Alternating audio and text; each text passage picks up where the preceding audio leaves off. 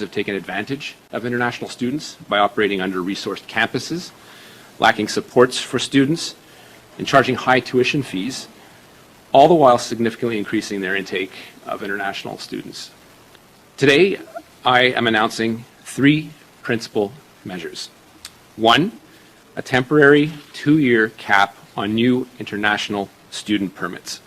It is the latest in a series of measures to improve program integrity and set international students up for the success in order to maintain a sustainable level of temporary residence in Canada as well. To ensure that there is no further growth in the number of international students in Canada for 2024, we are setting a national application intake cap for a period of 2 years. For 2024, the cap is expected to result in approximately 364,000 approved study permits, a decrease of 35% from 2023.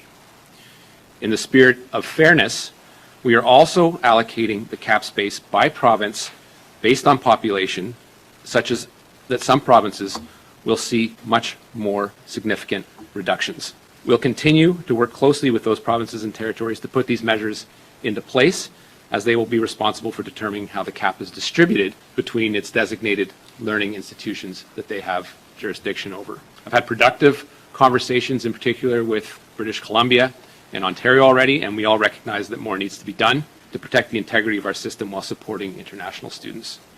In addition, effective immediately, applicants must provide a provincial attestation with their study permit application. At the same time, the cap will not apply to students in graduate levels of studies, including master's and doctoral students. Those are the people we're looking for. Study permit applications at the elementary and secondary school levels will also be exempt. In the coming weeks, we will be announcing that open work permits will only be allowed and be available to spouses of international students enrolled in master's and doctoral programs, as well as professional programs such as medicine and law. Spouses of international students enrolled in other levels of study, including undergraduate and college programs, will no longer be eligible. To be clear, the cap will not apply to applicants within Canada looking to extend their studies, as it wouldn't be fair to prevent someone from finishing the program, nor will the cap have an effect on study permit holders currently in Canada. These temporary measures will be in place for 2 years, and the number of new study permit applications that will be accepted in 2025 will be reassessed at the end of this year.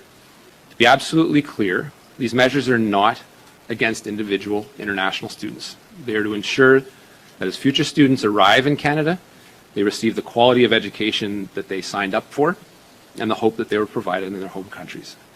It would be a disservice to welcome international students in Canada knowing not all of them are getting the resources they need to succeed in Canada, and having them return home disillusioned and disappointed in Canada's education system.